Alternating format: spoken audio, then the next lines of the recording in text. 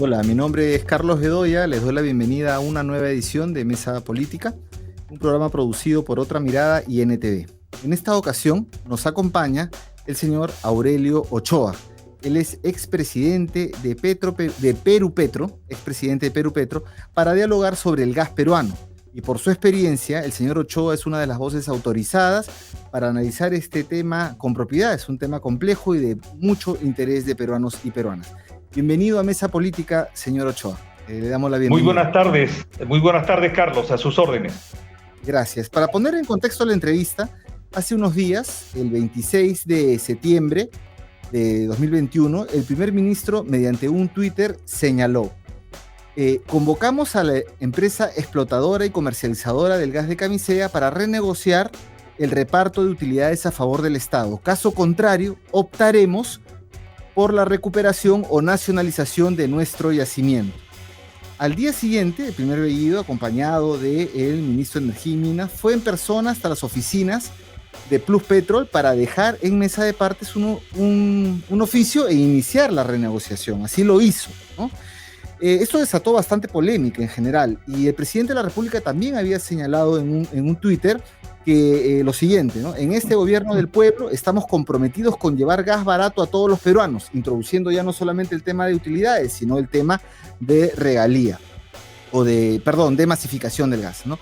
Y cualquier renegociación, dice el presidente, se dará con respeto irrestricto al Estado de Derecho y velando por los intereses nacionales del Estado, intereses nacionales, el Estado y el sector privado trabajando juntos por un Perú mejor.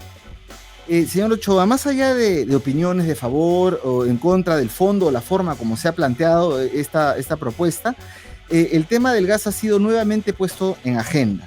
Y recordaremos que desde hace años existe la necesidad de modificar los términos sobre el destino del gas, lo que es la masificación, que tiene que ver con la matriz energética, sobre todo ahora en pandemia, la participación del Estado en la exportación, impuestos, regalías, etcétera, lo que se debe cobrar, a dónde se va el gas, etcétera, ¿no? Entonces, hay varias aristas. Yo en primer lugar le pregunto, porque ha causado mucha crispación esto de que el Estado proponga una renegociación, ¿no? ¿Por qué se cuestiona que el Estado pueda pedir renegociación de contratos? Para empezar por ese tema, ¿cómo lo ve usted?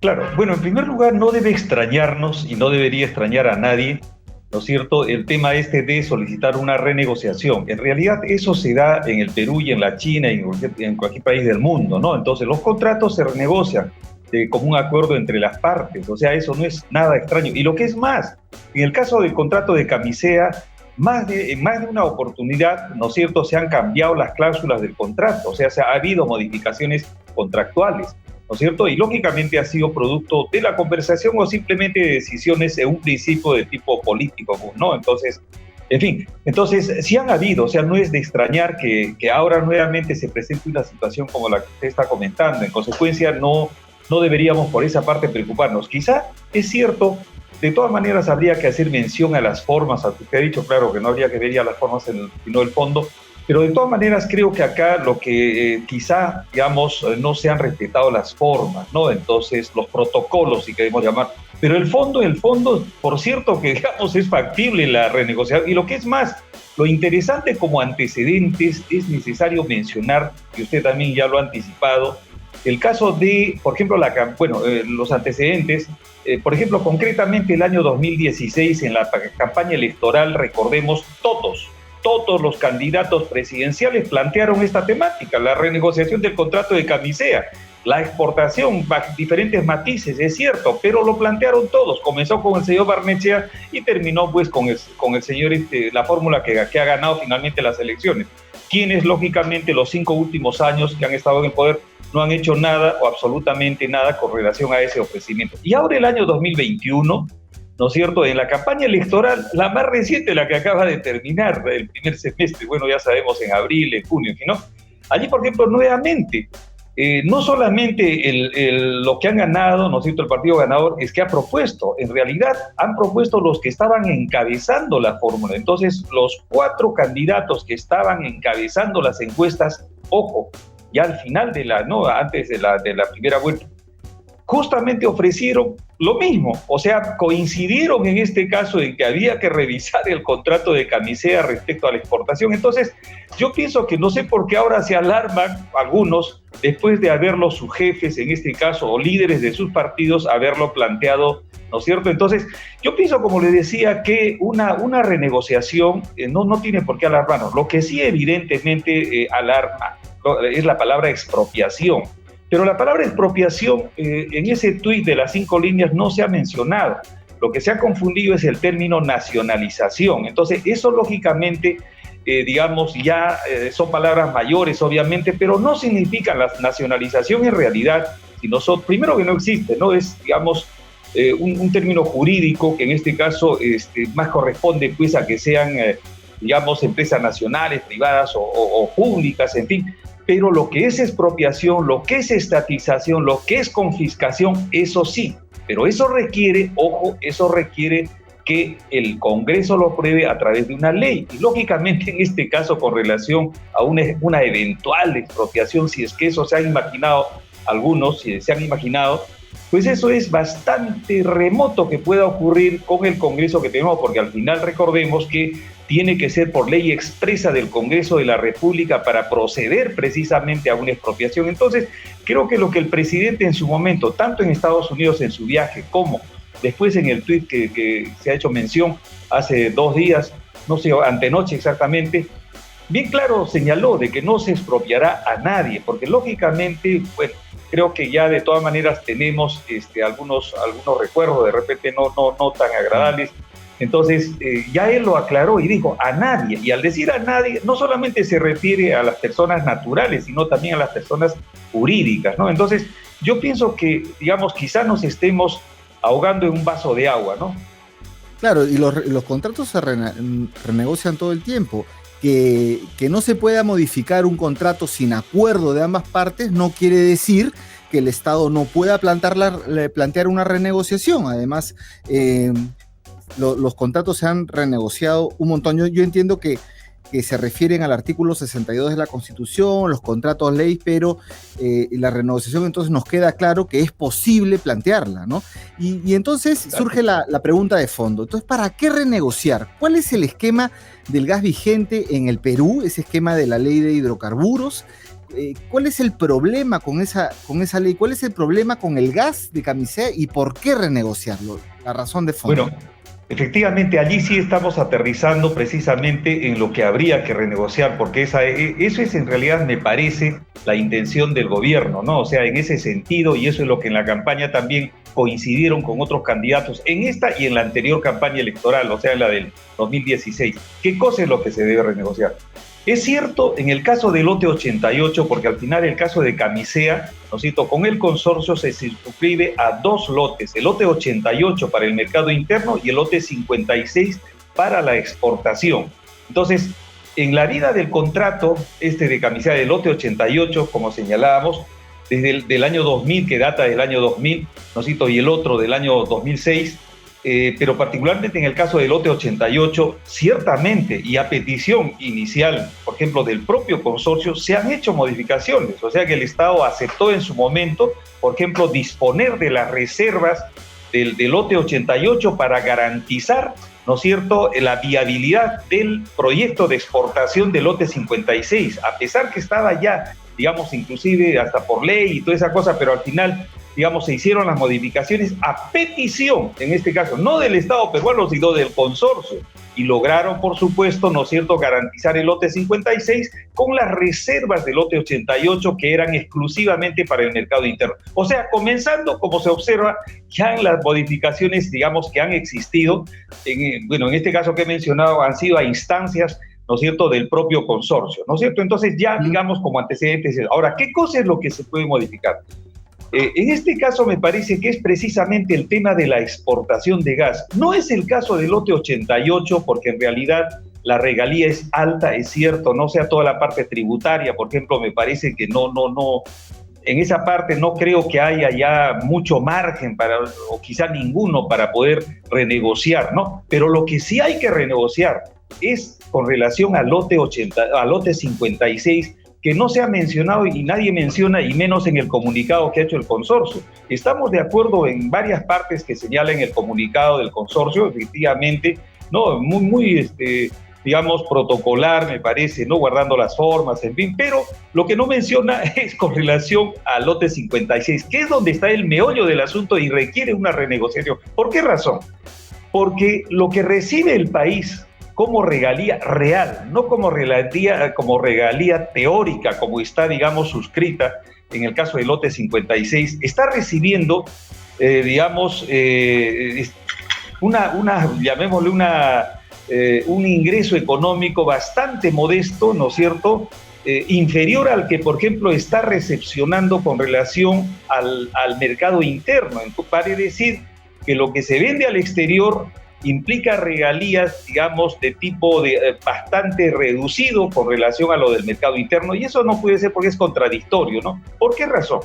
Porque cuando se recibe, ¿no es cierto?, la regalía en el caso del lote 56, cuando vendo el gas, y el gas que se vende al exterior es más del 50%, más del 50% de lo que produce el Perú, lo estamos exportando. Muy bien si lo exportamos, si nos sobra y nos pagan bien. El asunto es que ni nos sobra ni nos pagan bien, ese es el tema, pero sobre todo que no nos pagan bien por esa exportación. ¿Qué cosa es lo que se descuenta en lo que es el caso de la exportación? Es más, lo que le denominan netback, es decir, todos los gastos hasta llegar al punto de destino y uso final. Por ejemplo, en el caso de Japón, Corea, ¿no? Llega allá, pero tiene que descontarse si es que se realiza el precio, por ejemplo, a 8 o 10 dólares, pongamos, ¿no? El millón de BTUs. Entonces, ¿qué sucede?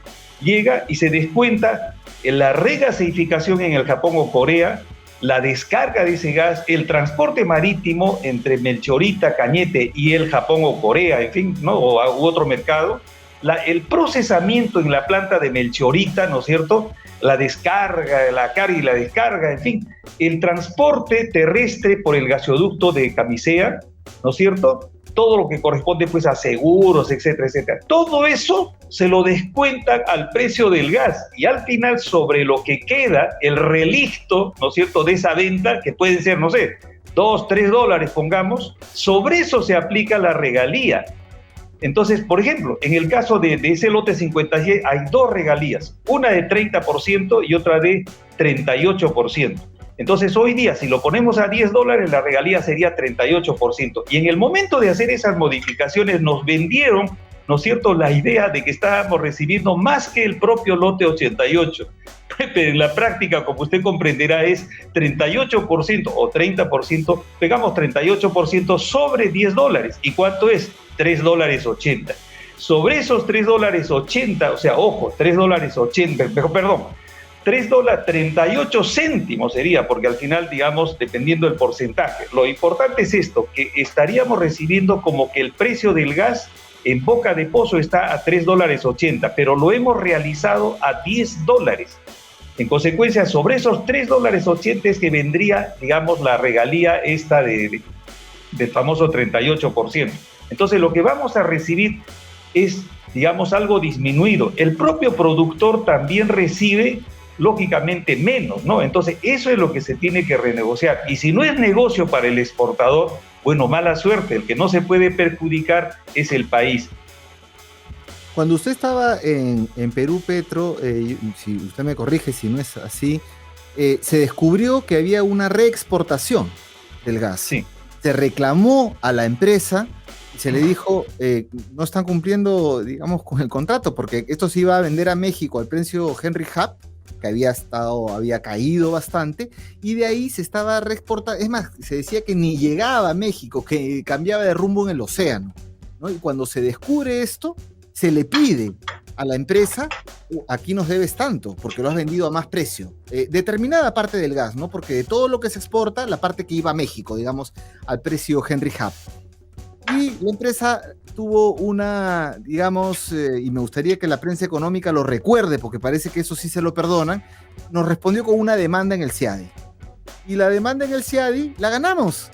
Y se le ordenó pagar a la empresa, al consorcio, $60 millones aproximadamente en regalías que no se habían, digamos, no se habían registrado porque se consideraba con un precio y finalmente el gas iba a otro lado, se reexportaba. Y se ha seguido reexportando. Entonces sigue así, o sea, siguen haciendo negocio con un gas que lo venden afuera más barato de lo que podría vender aquí, pero en realidad lo reexportan y ahí está habiendo muchos, digamos, muchas ganancias ocultas. ¿Sigue este problema? A ver, es un caso ahora diferente porque precisamente cuando los pescamos que habían hecho esas exportaciones, porque nosotros contratamos una empresa de Houston especializada con satélites, una muy especializada, ¿no?, a nivel mundial, y justamente detectó, digamos, dónde habían pues, desembarcado al final, ¿no?, dónde era el sitio de consumo, y no era en México en realidad, sino en Estados Unidos, ¿no?, en la parte oeste, en el Atlántico en este caso, ¿no?, habían desembarcado, ¿no? O sea, no era en México exactamente, o sea, no era el asunto de México, sino de acuerdo al contrato es en el último punto de destino de consumo final, en otras palabras. Entonces, no importa que sea México, Estados Unidos, Corea, lo que sea. Entonces ellos lo que habían hecho era descargar en Estados Unidos, en la costa, ¿no?, atlántica, habían descargado y luego lo recargaban a otros barcos. Pero aún así lograban el diferencial de precio, que era 4 veces o 5 veces más caro exportarlo a Europa o a Asia, pagaba tranquilamente todos esos gastos. Entonces, al final ellos ganaban lógicamente más del doble, pues, ¿no? Entonces, o en quien exportaba, ¿no? Entonces, eso es lo que justamente se le acotó. Se le dijo, un momentito, tú no estás cumpliendo el contrato, porque el contrato dice claramente el destino, el consumo final, en el punto final de destino. No es que tú descargas y allí se terminó. Entonces, el CIADI efectivamente no tiene la razón.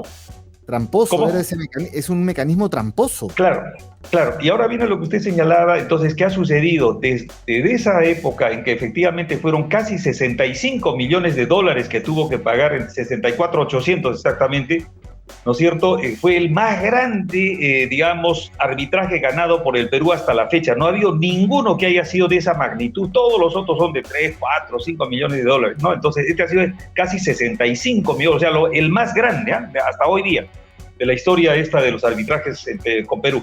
Entonces, efectivamente se la acotó, pero esa es una parte. La otra parte es que a partir de ese momento, ellos sabían que si volvían a incurrir, porque ya habíamos acudido al Tribunal Supremo, llamémosle, de lo que es arbitraje internacional comercial, ¿no?, que es el CIADI.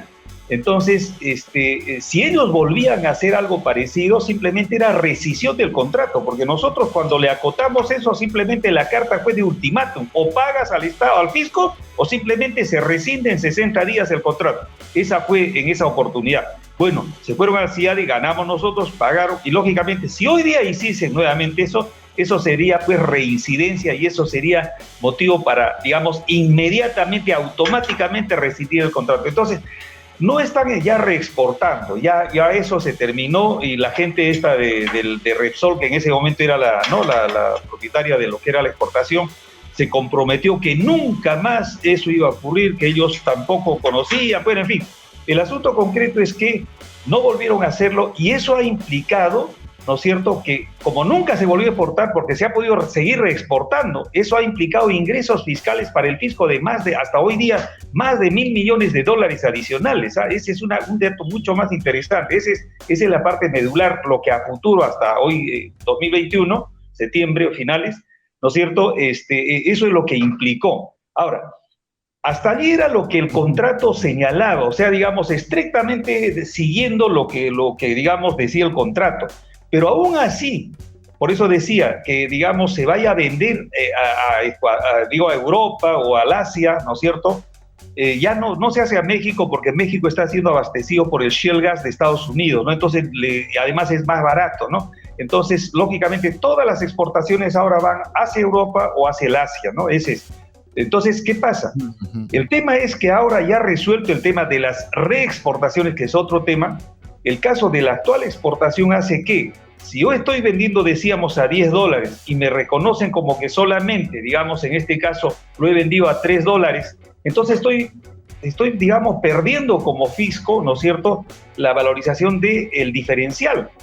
¿no es cierto? Entonces, ese es el tema que se tiene que renegociar. Entonces, casi, bueno, ya han pasado pues algunos años, porque este contrato termina el 2028, me refiero al de exportación. Entonces, una forma de renegociar precisamente es decir, oye, vamos a distribuir la torta. Tú no te puedes llevar, pues, no, el 70% y me vas a dejar el 30%. Entonces, vamos a ver cómo esto, y si no es negocio para ti, mala suerte, pero yo no me puedo perjudicar con un activo, digo, con un combustible que es de todas maneras extinguible, ¿no? Entonces, es una reserva, digamos, que no va a restituirse, simplemente, digamos, sale, ¿no? Entonces, sale y no va a regresar, y lógicamente mis reservas, me refiero en el Perú, las reservas de gas van disminuyendo año tras año. Entonces, no puedo perjudicarme. Entonces, y además no estoy recibiendo lo que debería recibir por el costo que tú has colocado en el mercado X, ¿no? Entonces, eso, por ejemplo, tiene que renegociarse, y eso es justamente en lo que han, digamos, coincidido los candidatos presidenciales el 2016 y parte el 2021.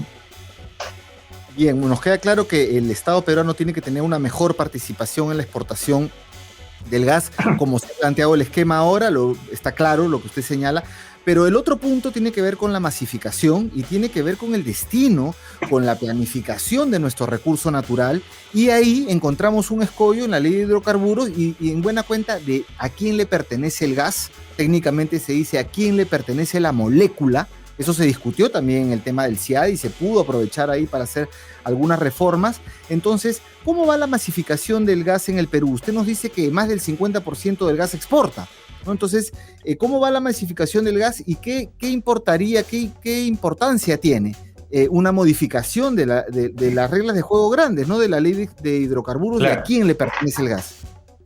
Así, bueno, en primer lugar, el tema es que el Estado tampoco ha, digamos, construido la correspondiente infraestructura precisamente para lograr la masificación del gas. Eso es cierto, o sea, no se ha construido. Recordemos nomás cómo está abandonado el gasoducto sur peruano con un 37% de avance, ¿no?